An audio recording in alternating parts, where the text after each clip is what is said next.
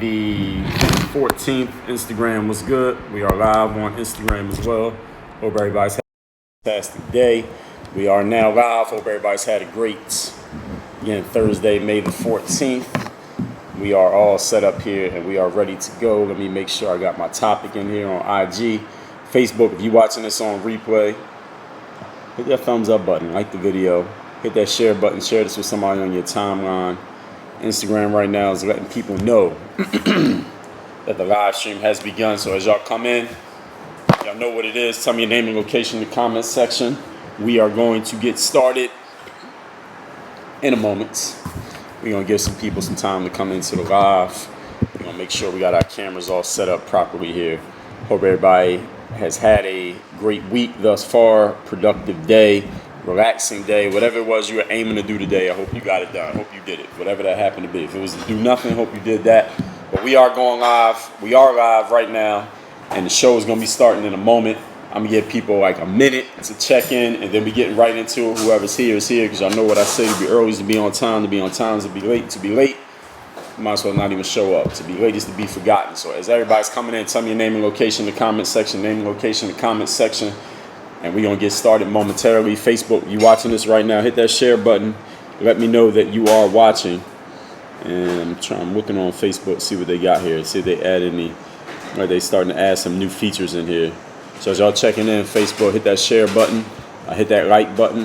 Naia Babach was good. Darius Sullivan checking in from Macon, Georgia was good. We got Crestview, Florida in the house. I'm introducing myself in 10 seconds. And then we get right into it. But I got, how many points I got today? I think I got 5 points to the topic that I'm going to be talking about today. Y'all see the topic there at the top on Facebook. Y'all see it in the pinned comment here on IG. So, let's get into it without any further ado. Whoever comes in, you just got to catch it when they catch it.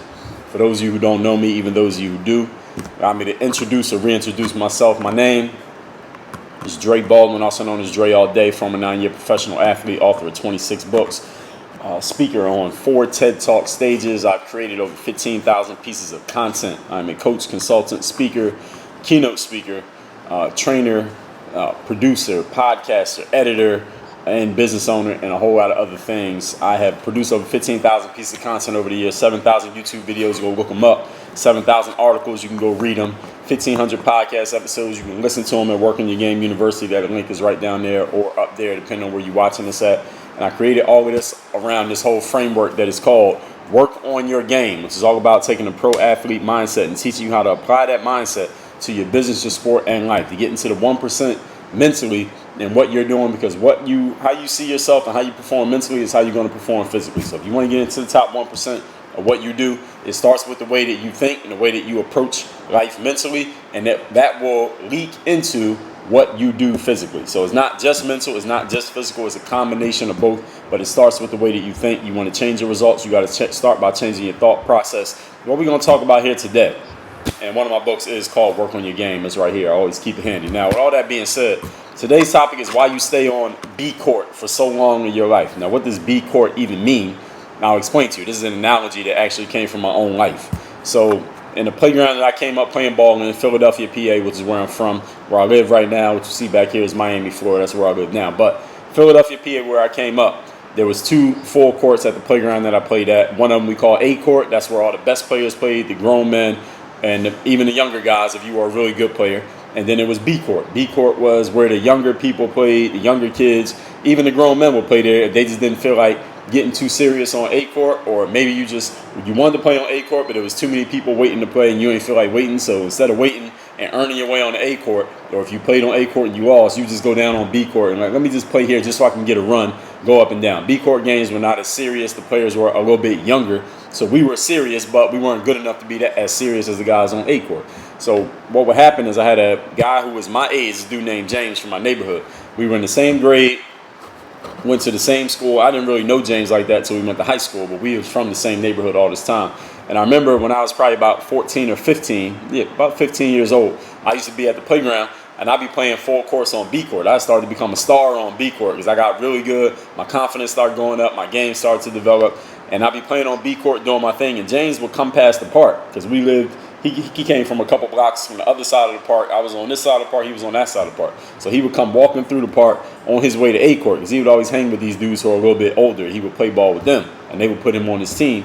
And he would see me playing on B court. He'd be like, Dre, why you still playing on B court? He said that to me a couple of times. Dre, why you still playing on B court? While he was going and playing on A court. And James wasn't even better than me. He didn't have more talent than me. He wasn't even a basketball player. He played ball because that's what everybody in the neighborhood did, but he wasn't like trying to go do anything as a basketball player or nothing like that. He didn't play college. He wasn't trying to. None of those things. And what I want to talk about here today is why so many people, metaphorically speaking, keep themselves at the B level, at the lower level or the JV level of whatever they're doing, not because they don't have skill and not because they don't know about going to a higher level, but there are some things that mentally cause us to stay at this lower level in whatever we're doing in life simply because, or not simply because, but the result of staying at that lower level is that we never push ourselves to go to a different place. We never push ourselves to take a bigger step or to play a bigger game or force ourselves to step our own games up. And there's a reason for that, and it all starts, again, mentally with how we're thinking. So that's what I want to talk about here today. Why does everybody, if you ask people, logically, most people say, hey, I want to get to the highest level with this. You know, every basketball player says they want to play D1 college ball. And then after that, they want to play in the NBA or play overseas. Everybody who's running the business says, well, I want my business to make as much money as possible. I want to have a team. I want to have things in place so I can, make as much money as I can and generate revenue. And anybody who's putting things out there want to help people, they say, well, I want to help as many people as possible. I want to get the word out as big as I can get the word out. But even though everybody says that, why do so few people ever take actual actions and take actual steps to get from where they are to getting to that next level? Because everybody talks about getting to the next level and whatever they're doing, but very few people take any action or do anything to actually get to the next level, even though everybody gives, as we say, pays lip service to the point. So why is this? Point number one, the topic again, why you stay on the B court, why you stay at the B level of the things that you do for so long in your life. Number one reason is comfort and familiarity. This is the number one reason why anybody in life, you can know somebody today and you'll see them again 5 years from now, 2025, and they're still in the same place, doing the same things. They got the same mindset. They're probably making the same amount of money. They're at the same level in terms of performance. And the only thing that's changed about them is that they got older. They got 5 years older. That's it. Maybe they got married and had some kids. But other than that, they pretty much professionally, career-wise, growth-wise, they pretty much at the exact same spot. And the reason why this happens with people is because they are too comfortable in the place that they're in. And everyone has heard of the whole concept of the comfort zone, right? What is the comfort zone? Comfort zone is different for everybody. It's relative to whoever the person is, but your comfort zone is a zone of things that you are used to doing, things you're comfortable with, things that they're in the scope of what you believe you're capable of doing. You probably have already done them before. It doesn't bother you to even think about it or participate in it because you've been there before. That's your comfort zone. And again, everybody's comfort zone is different. Most people don't get better in life because they do not want to step outside of their comfort zone. It's either that or they're not even aware of this whole concept of the comfort zone. Even though all of you listening to me now, you're familiar with the concept. You've heard it. Maybe you read a book about it. Maybe you've seen somebody's Instagram post about it. But most people don't even think along the lines of this stuff that I'm talking about, working on your game and personal development and personal growth. Most people don't think about this kind of stuff. So you already, just by even listening to this, you are different from most people, believe it or not. And remember, there are 7 billion people on the planet. So maybe you only know a few hundred or 1,000, but there are many, many more that you don't know. And most people are not trying to get better. So that's why they stay with what's familiar. Because to do anything that pushes you outside of your comfort zone, that is unfamiliar, you know what the problem is? It requires effort. It requires work.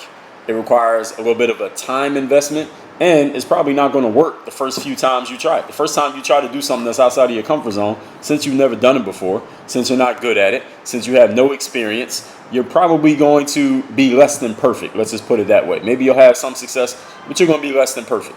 Even a basketball player who's the best player, when LeBron James was a rookie in the NBA, everybody said, all right, this guy's going to be pretty damn good, but he became better.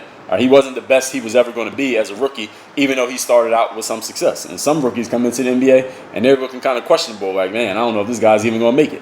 When you first start anything, no matter how talented you are, no matter how much training and information you go through or have, you are not going to be at your best. And most people don't want to deal with not being at their best and having to actually put in effort to improve because putting an effort to improve, well, first of all, is work. Most people don't want to work.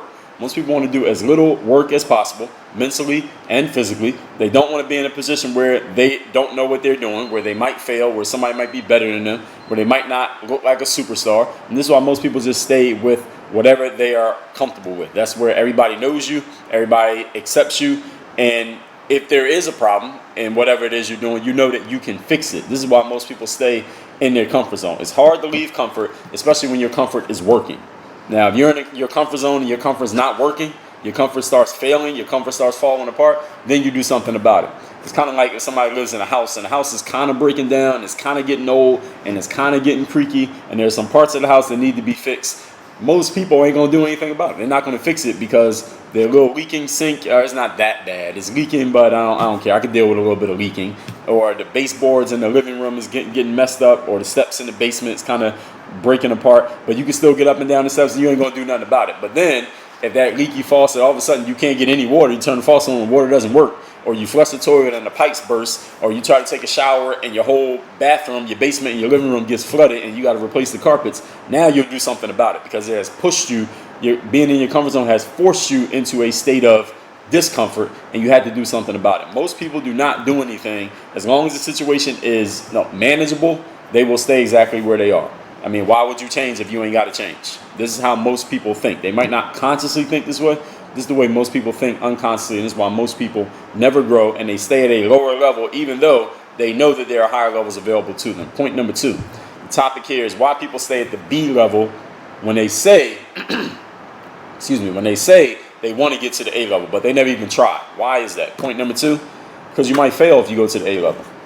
The thing about being a basketball player, for example, and you're playing on I'll have basketball players who will come to me and they will say, Dre, I got 2 choices. I'm in high school and the coach told me I could either play on the JV where I would be the star and I would average 30 points a game and I'd play the whole game all season, or I could play on the varsity where I would probably come off the bench and there's a bunch of players on my team who are already getting recruited and they got scholarship offers and I'm probably not going to get the ball that much, but I will be on the team. Which team should I play for? Players would always ask me this question.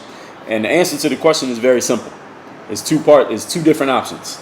If you are a player who's just playing for fun, you playing so you can get some stats, you playing so you can get a little highlight video and put it on your YouTube or Instagram or your Facebook and impress your friends and show it to your grandmother and show her that you can score points. If that's the only purpose that you are playing basketball for, go play on the lower team and score all the points and get yourself a little highlight tape and you can feel like you're the Steph Curry of the JV league, and you can do that. Fine. If that's all you're trying to do in basketball, go play on the lower level team. But if you want to get to a higher level, if you are ambitious, if you want to go play and you want to get ranked in high school, or you want to go play AAU somewhere, you want to play college ball, you want to eventually play pro ball, then you should always, always, always take the toughest challenge that is available to you and attack that. That's what you should do. And when it comes to your teams that you're going to play on, let's just put it that way. So I tell the player, all right, are you trying to go somewhere in basketball? If yes, then you need to go play on the varsity. Come off the bench and score 5 points a game because you got all these guys ahead of you who are better than you. But being on that team, first of all, you got your foot in the door on the varsity team. So now you'll probably get a better role next year. Second of all, you're going to be practicing every single day against players who are better than you, which is going to make you a whole lot better than playing in games against a bunch of players who are not better than you, which is going to do nothing for you but make you look good, but it's not actually going to help you advance. If you're trying to advance in your life, you got to go somewhere where you're probably going to fail. You got to go somewhere where you're probably going to come up short. You got to go somewhere where you are not going to be that guy or that girl, at least initially. Then you got to earn your way up. This is just the way that it works. Y'all been watching, I'm sure many of you have been watching the Michael Jordan docu-series on ESPN the last couple weeks. When Michael Jordan got recruited to North Carolina, he probably wasn't going to start. Most of the time, freshmen didn't start playing for North Carolina, even though Michael Jordan was a damn good player, even as a freshman, because Dean Smith, the coach at North Carolina at the time, he's since passed away. But his whole thing was, I don't want no freshman coming in here thinking that they're the guy. Everybody who plays here has to fall in line. Everybody has to fall in line. Everybody has to understand there's a hierarchy, there's a pecking order. I don't care what you did in high school. When you come here, you are not the guy. And even though Jordan earned the starting spot because of his defensive capabilities, that's why he was a starter, if people don't even know that.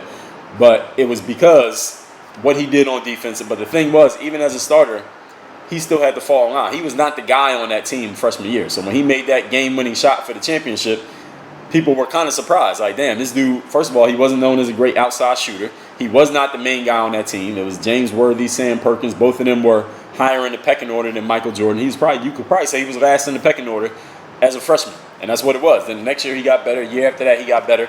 But he understood falling in line. If you're going to play a team sport, you got to know how to fall in line. But when it comes to moving yourself up to the higher level in anything you do, understand that there's going to be some failure involved. There's going to be some long days. There's going to be some times where you're like, man, maybe I should just go back to where I was and go back to doing it how I was doing it before. A lot of people do this. In the business world, for example, there are people who, most people start a business, it's just them, right? One person by themselves, building and doing everything on their own. Then eventually they say, all right, for me to do more, I got to get some people on my team. I got to hire some people, maybe get some staff, get some people working for me. Then they get some people to work for them. And then they realize when they get people working for them, like, damn, this is not as easy as it looks. I got to direct these people. I got to train these people. You got to make sure people are doing what they're supposed to be doing. You got to put systems in place. You got to have your operations right. You might realize that what you were doing didn't make too much sense when you tell somebody else to do it and they do it. And then you say, oh, man, they didn't do it the way that I would do it because you're not that good at explaining it. And there's all these headaches that come with putting people on your team. And what some people do when they get to that position of having people on their team in business, and that's the thing they need to get better, they say, man, it's too much work. So you know what? They get rid of all the people and they go right back to doing everything themselves. In other words, they go from the potential to get to the A level and they go right back to the B level and they stay there for the rest of their lives simply because it's easier. There's no failure in just staying in the same spot. There is failure, but it's a long-term failure that you don't notice till you get to the end of the road. You're failing every day. You're just failing so small that you don't notice it. Now, if you just go up to the A level and you try something and it flops, now you fail right there on the spot. One day, everybody notices that. People don't notice the slow failure that happens over time when they don't move themselves out of their comfort zone. So making that leap, understand you're not guaranteed to land on the other side of the cliff. See, if you jump from one cliff to the other cliff, you might not make it to the other side. That leap is not guaranteed. And what many people in life are looking for is a guarantee. All right, before I make this jump, before I go from here to here, before I try to stretch outside of my comfort zone and get to a higher level, can somebody guarantee me that this is going to work? Can somebody guarantee that this attempt will not fail? Can somebody guarantee me that I'm going to get it, I'll land and I'll live to see another day? And unless they get that guarantee, most people won't jump. And this is why most people don't jump. There's someone who's listening to me right now. There's a jump that you've been thinking about. You wrote it down, you talked about it, you put it on your little vision board in your house, and you still haven't done it. Why? Because you're waiting for somebody to guarantee you or promise you that it's going to work, or you're waiting for all the stars to align and everything to be perfect before you make that leap. The problem with that is that will never happen. The stars will never align, everything's never going to be perfect, and you are not going to get a guarantee. So either you could change your mind about what you are requiring before you make that jump, or you could just make the jump anyway, just understanding that you had some bad advice. Or you could just stay where you are and never do anything, stay on B court for the rest of your life. See, when you jump up to that A level, you might get rejected. People might not be interested in you. People might say, oh, you ain't no good. Or you ain't going to get no playing time on this team. You should have stayed on the JV. Why'd you come up to the varsity? You might get dunked on your first day in practice. You might get in the game and turn the ball over 3 times in a row. And everybody in the crowd's laughing at you. And you're wondering, man, maybe I should have stayed on JV. This is what happens to most people when they go to the higher level. They meet some initial resistance or failure or a setback, and then they go right back to the B level with their tail between their legs, and they never come back because they're used to being the star. They're used to everything working in their favor, and as soon as things are not working in their favor anymore, they don't know how to handle it. In sports, they call this being able to deal with adversity, handle the adversity of the fact that everybody's not going to automatically accept you and look at you as a somebody just because of who you were at the last place.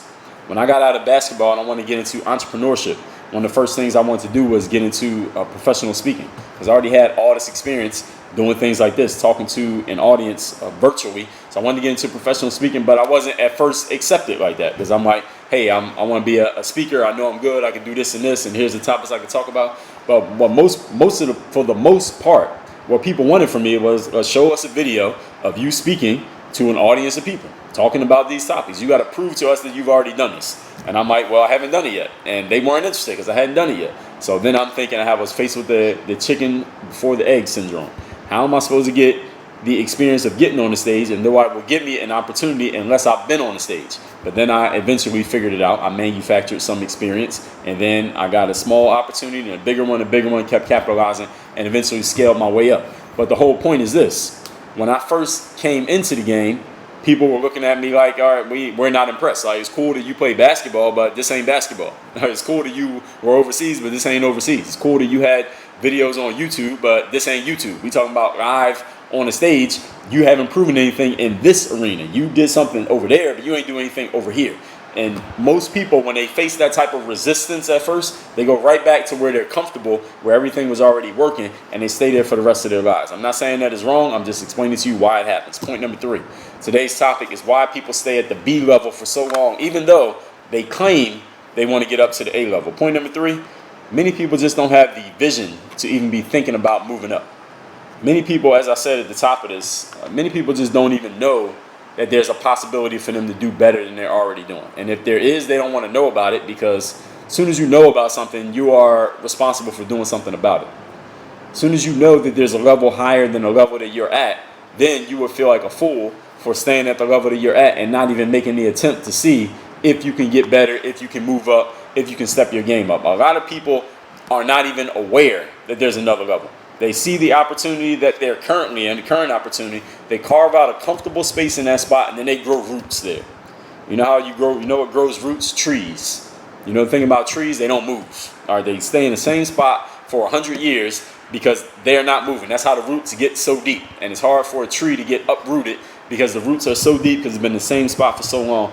Human beings do this. Human beings grow roots. And this is not a positive thing in the instance of what I'm talking about here. In the context of this conversation, growing roots is not a positive thing, because human beings were made to move around. All right, human beings, we need to be active. All right, we need to move our feet and burn up some energy. Staying in the same spot and growing roots, metaphorically or literally, is not good for us. But a lot of people grow roots because they're not aware that it's possible for them to move. They're not aware that it's possible for them to relocate and go to a different spot. It's damn hard to move from where you are to anywhere else that you would want to go when you got roots digging into the ground that are keeping you in the same spot. This is why so many people don't want to hear about getting better. They want to look at anything about personal growth or personal development or personal advancement or professional growth. Why? Because they're comfortable where they're at. They want to stay in the same spot. Growing requires uprooting themselves, moving everything, all this comfortable stuff that they got going on here. Now they got to move to somewhere else where they're not as comfortable. The roots are not as deep. They are not as established. People don't know them like that. They will not be as easily or as readily accepted.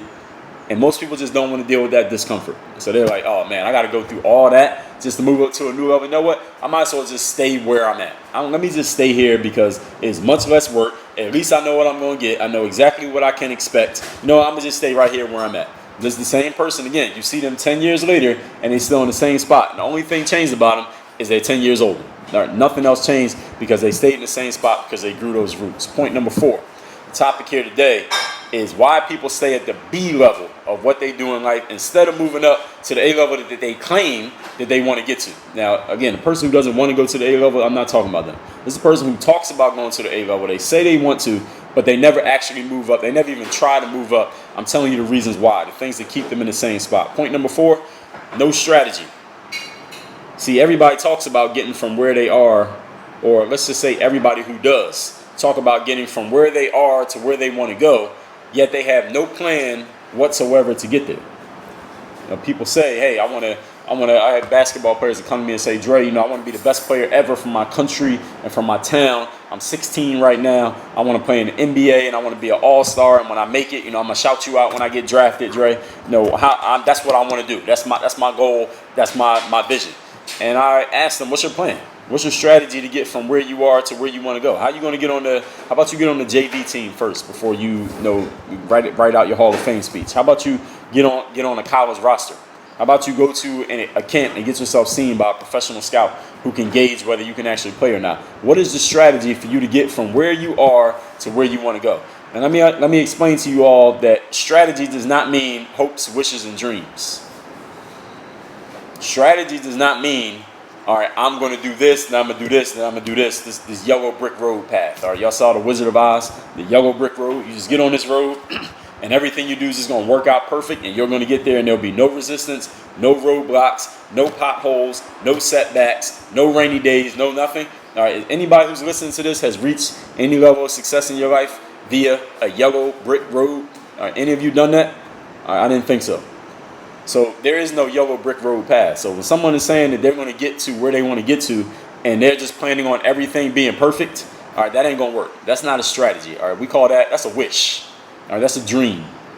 The difference between a strategy and a wish is a strategy, first of all, factors in the fact that your plans will never be perfect, factors in the fact that you cannot predict the future. It factors in the fact that there will be things that you plan on happening that are not going to happen the way you thought they were going to happen. They're going to take 10 times longer than you expected. It's going to take 10 times more effort. It's going to cost you 10 times more money. It's going to cost 10 times the energy for you to get there.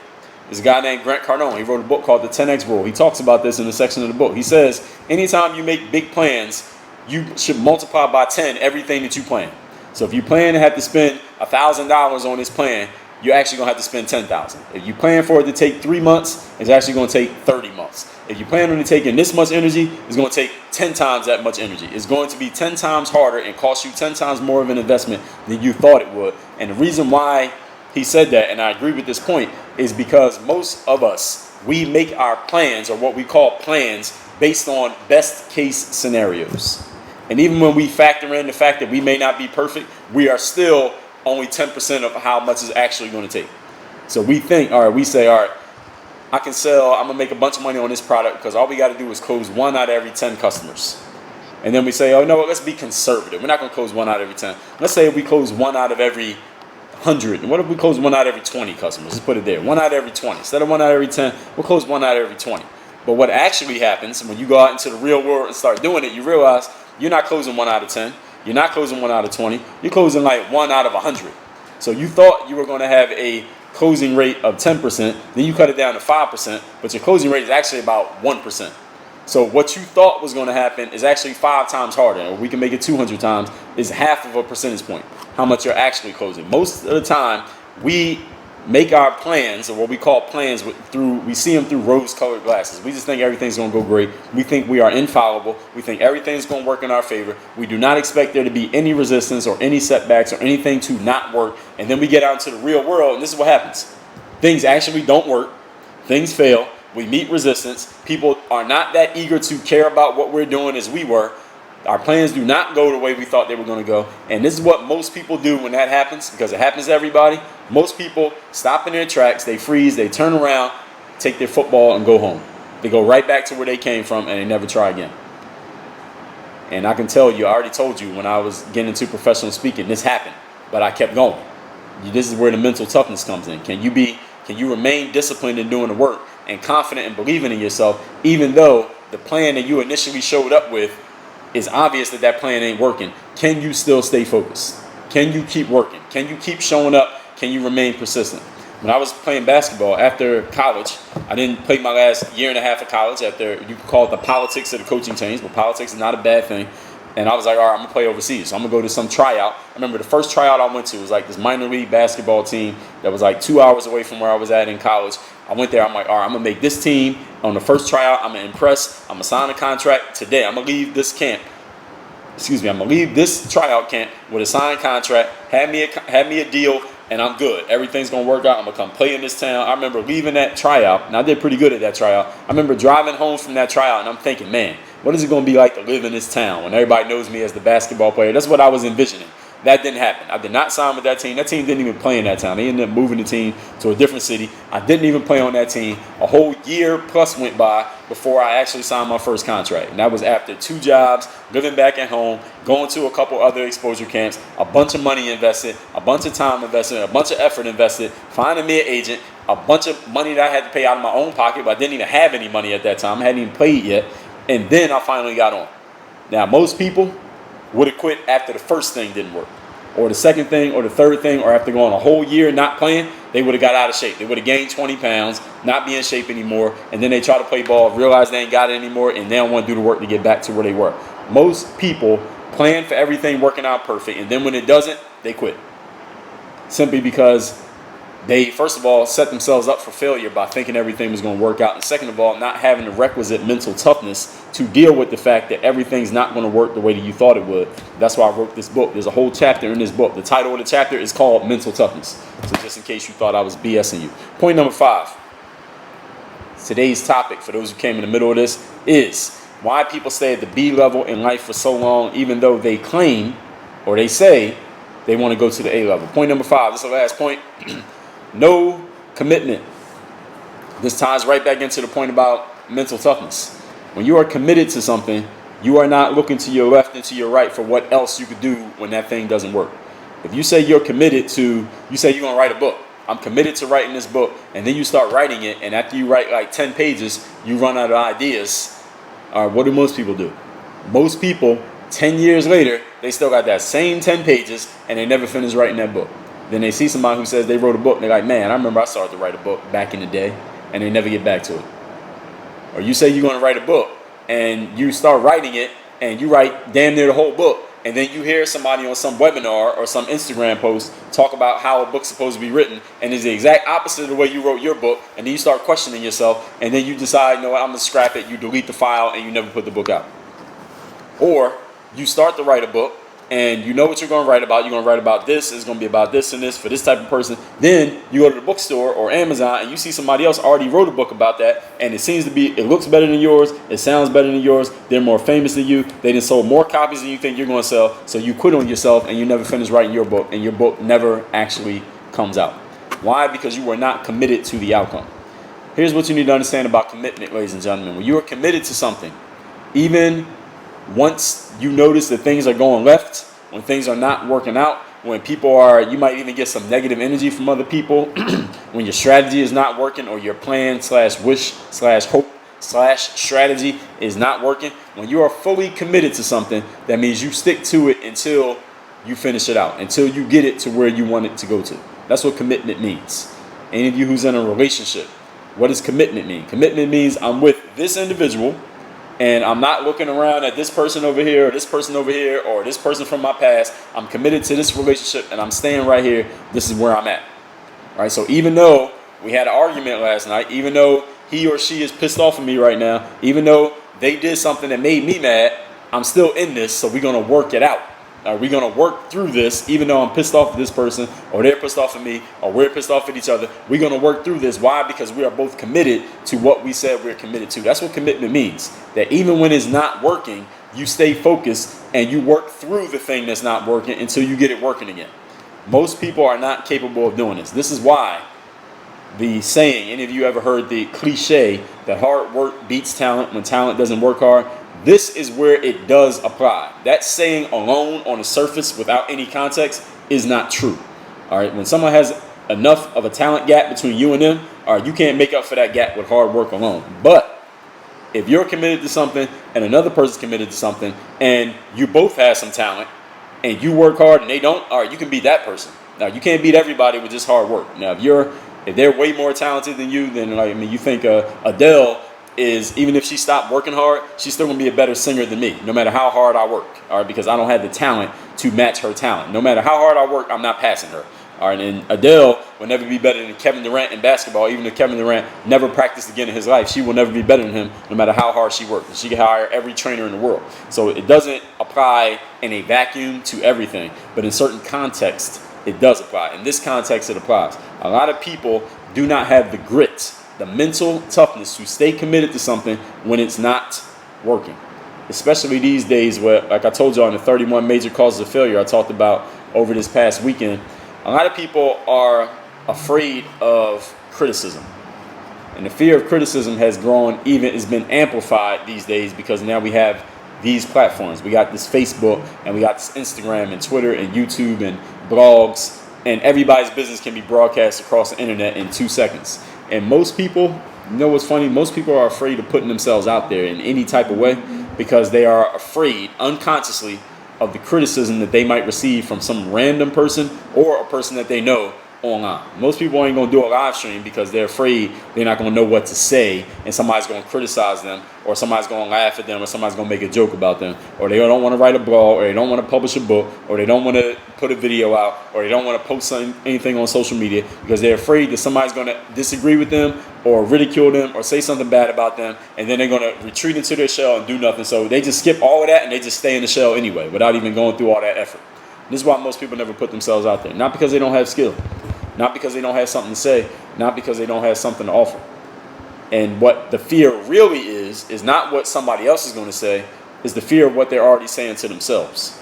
And that stops most people. Most people who want to write a book don't write the book because of what they're telling themselves about what they would think about themselves for writing that book. How stupid is this book? It doesn't make sense. These points aren't good. Somebody else is better than you. That's not what somebody else said to them. That's what they are saying to themselves in the mirror. That's why I wrote this book called The Mirror of Motivation, so we can fix that problem. But I'll tell you about this in a minute. When you are committed to something, is the most important thing you have after the vision. The vision is what gets you started. The commitment is what keeps you going. The vision is what gets you started. The commitment is what keeps you going. When you're committed to something, you stick to the plan, even when it goes off script, even when you're being turned away, rejected, even when nothing is working. Listen, if I hadn't committed to staying on A court, going back to my original story, when I finally stopped playing on B court at my local playground, and I started playing on A court, it's not like I stepped on A court and I was immediately a star. There were times where I didn't do good. I might miss a layup or play bad defense or cost my team the game, or it might seem like I cost my team the game, and the older guy mad at me, give me dirty looks, not picking me up anymore. And I had some failures, some setbacks once I stepped on A court. But if I hadn't had the commitment, the mental toughness to keep showing up, I could have used that as an excuse to never show up again. And that's what most people do. And this is why most people, again, in life, they get to a certain point and they never advance. A lack of commitment keeps many people on the B level of everything that they do in life because they're not committed to seeing themselves through the roadblocks and the bumps in the road and the challenges of advancing to a higher level. Now, with all that being said, I'm going to recap these 5 points. I'm going to tell you about these books I got sitting in front of me. And if anyone has a question on anything that I've addressed here today, go ahead and post it in the comment section. Make sure it's a good question. Keep it short. Why people stay on the B level, on the B court in anything that they do in life. As I told you, I was staying on the B court for a little bit long when I was a kid playing basketball. And one of these reasons were part of that reason. It's the same thing for everybody else. Number one, comfort and familiarity. It's worked before. We know how to do it. We know what to expect. Everybody accepts us there, and we stay there because it's comfortable. Point number two, you might fail on A court. Nobody wants to step into failure on purpose, and most people don't want to fail publicly because they're afraid of the criticism that may come with it, when the fact is most people are not paying attention to you and not thinking about you as much as you are thinking about you. And if there's no guarantee, most people won't do anything because most people don't want to take what they consider to be a risk, but doing nothing and standing in the same spot is the most risky thing you could do in life. Point number three, many people just don't have a vision to even be thinking about moving up to a higher level. Many people get to a certain point, as long as it's comfortable, they'll just stay there and they're not even worried about getting better because that's how most people are. Most people live in their comfort zone and they die in their comfort zone. Point number four, no strategy. Maybe you really do want to do it, but you're making very little progress because you have no plan that encompasses your vision and focuses your energies and factors in all the possible challenges. A strategy does all of those things. It factors in the possible challenges, all of the possible challenges, whereas hopes and wishes only talk about how everything's going to go perfect, and that never happens. Point number five, no commitment. The most important thing after a vision is to be committed. When you're committed to something, you stick to the plan, even when it goes off script, you're being turned away, being rejected, things are not working. Even when you have a tough day, you come back the next day even more committed than you were before. Most people do not stay committed to anything because they do not have the requisite mental toughness to fight through the challenges that are inevitable in any ambitious endeavor. All that being said, let me tell you about these two books that I have here in front of me that will help you deal with what we're talking about right here. Henry Nielsen 34 was good. These two books I got in front of me, these books are already paid for. I'm giving both of you these books for free. I'm offering you these books for free. You got to go get them. I'm going to tell you what they are, what they're going to do for you, and how to get them. First of all, this book right here is called The Mirror of Motivation. The subtitle is The Self-Guide to Self-Discipline. This book is all about looking in the mirror and finding that inspiration, finding that motivation, lighting that spark within you so that you can start bringing yourself to jump out of bed in the morning, bringing yourself to have your best energy every single day. And what that really means for you is that you're going to separate yourself from 99% of people on this planet, that you will finally know what your purpose is. You'll finally get in touch with your real inner destiny, start being who you really are as a person, doing what you really want to do, and living the life that you really want to live. That sounds like something that you want. Go to mirrorofmotivation.com and get this book for free. I've already paid for the book. You take care of the shipping. Get it at mirrorofmotivation.com. Mirrorofmotivation.com. Book is free, paid for free. You take care of the shipping. This right here is called the Overseas Basketball Blueprint. I wrote this book for the basketball player who wants to travel the world, play professional basketball, get your housing paid for, your food is paid for, your flights are paid for. All you got to do is show up to the gym and show your game every single day in practice, every single game that gets played, and you get paid for all of that. This is the best job in the world. If you want to live a movie, if you want to live most people's fantasy, you want to live the life you see people talking about on Facebook and Instagram and actually be really living it, not just posing for pictures, get the Overseas Basketball Blueprint by going to balloverseas.com. Balloverseas.com. If you want to play professional basketball overseas, this is the best job in the world. Trust me. Get it and tell me I'm wrong. Now, with all that being said, let me see if we got any questions. I'm not sure I saw any questions in the comments, but if somebody got one, go ahead and post it right now. I'll give you like a minute to post that. Calico says most adults need coaches to step outside of the comfort zone. Hey, maybe. Calico, you must be a coach. Trying to encourage people to look for them coaches. Arkansas made. What's good? Sealor said change doesn't happen until the pain of staying the same becomes greater than the pain of change. For most people, that is true. There are a few exceptions, but for most people, I would say that that's true. Henry Nielsen said, those are my first self-development books. That's what's up.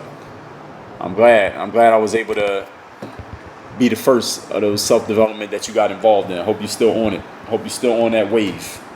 I'm going to give a minute for people to post their questions. I'll tell you about this book right here that I showed you earlier. This is Work on Your Game. I took all of my philosophy over 15 years, through all my years of professional sports, through my years of entrepreneurship, and I put the best things that I learned into a framework that is called Work on Your Game. That's the name of my framework and philosophy. It is all about taking the mentality necessary to get into the top 1% in what you do and applying it in business, applying it in sports, and applying it in life. Those 4 pieces of that framework are discipline, confidence, mental toughness, and personal initiative. I'll tell you how those apply, not only in how I apply them in sports, but how they apply to your life, how they apply to your interpersonal relationships, how they apply to putting yourself on, how they apply to making new opportunities for yourself. This is not a sports book. This is also not a memoir. So I want y'all to understand that this book is much more than, it's not just me telling my story. It's me giving you everything that I did to get to the level that I'm at, that I got to in professional sports, and how you can do the same thing in whatever it is you're doing in life. I'm looking for the table of contents here. So the topics or the table of contents in this book, you can see there's more than 4 chapters, even though I told you it's a 4-part framework. Selling yourself, becoming a go-getter, finding a mentor, interpersonal game, eliminating self-consciousness and performance anxiety, discipline, confidence, cardio for the mind, mental toughness. All of those are covered in this book. That's just a table of contents that I'm reading here. This book you can get at workonyourgamebook.com. Not only do you get the book, but you will also get $1,000 worth of bonuses that you get only when you order it exclusively at workonyourgamebook.com. You get all of these bonuses. Amazon doesn't have these bonuses. Audible does not have these bonuses. iBooks does not have these bonuses, but I got them at workonyourgamebook.com. This is a hardcover book as well. Now, I think I saw a couple questions come in. Let's see what we got. Question is, will you get made fun of when you first go out of your comfort zone? Well, I can't really answer that. Depends on what you're doing, who you are, and who sees it. Maybe. Maybe not. Maybe nobody will even care. For the most part, nobody's really going to care. Because as I said, most people are not thinking about you as much as you think about you. So what you think other people are thinking about you, they're not thinking about you at all. They're thinking about themselves. Parm say, is NAIA a good route for basketball? The question is undefinable. Well, good is a relative term, first of all. Second of all, a good route for basketball, that question lacks context, so it doesn't really make sense, so I can't answer that. A good route for what? Basketball what? I mean, you want to play basketball at the playground? You want to play in the rec center? What do you mean? You want to watch the basketball game? I need context. OCAM PD, what's going on? If anybody else got a question, go ahead and post it while I'm answering. When I get to the end of these questions, then I'm at the end. IB Chatty Boy says, I'm a college student and I have this fear of failure. I got a chapter in this book talking about fear of failure and eliminating self-consciousness and personal anxiety. Get this book. Go to workonyourgamebook.com. IB Chatty Boy. Get this. Workonyourgamebook.com. Skill Doctor says, I'm going to get me a copy when I finish up a couple of reads I got to finish. Well, Skill Doctor, get you a copy now, and when you finish up your reads, then the book will be waiting for you. That'd be a better strategy, so that you got the book now, so you don't have to depend on your memory to remember to get the book. Just get it now, so it's already taken care of. I'm gonna give a minute for somebody to post a question, and I'm gonna tell you about these books one more time. MirrorMotivation.com. The book is already paid for. All you do is take care of the shipping. I pay for the book. You take care of the shipping. MirrorMotivation.com, so you can start being the person that you truly know you are deep inside, that for whatever reason you haven't been showing that person. I'll show you how to pull that person out of you by looking in the mirror. Then you're going to start doing things differently, and then you're going to have a completely different life, which means you're going to separate yourself from the old you. You can throw the old you away. This is a brand new you. You can start being that brand new you in the time that it takes you to read a 150-page book. MirrorMotivation.com. BallOverseas.com for people who want to play basketball overseas. If you want to travel the world on somebody else's dime, eat food on somebody else's dime, live somewhere that you ain't got to pay for it, and all you got to do to get all of that is play basketball every day for 2 to 3 hours, as long as you're good at basketball. All right. BallOverseas.com. Now, if you believe you got the talent to play professional basketball, go to BallOverseas.com. Secure your free copy of this book before we run out of trees to print it on. Skill Doctor says, I'm going to get me a... Oh, no, he already said that. All right, Henry said, I want to order your book right now. That's what's up. All right, everybody, I go live. I'm going live every single day, 5:15 p.m. Eastern. So you can turn on your notifications on Facebook. It's live every day, 5:15. I think my event expired. I got to put a new event up on Facebook, and I have somebody do that. And Instagram, just turn on your notifications for my story or my lives, whatever they have, whatever it is on here. 5:15 p.m. Eastern Standard Time every single day. If you like this one, I do one like this every day. The topic is always different, but I will always tell you the topic. I'll explain it. I'll flesh it out, tell you what you get out of it and how you can apply it, what you can do with it immediately in your life. Then I'm going to take questions, and then we're going to do it again the day after that until I decide to stop doing it. So stay tuned. Take advantage of this game that I'm dropping every single day. Work on your game. I'll see y'all tomorrow. Dre all day. We out.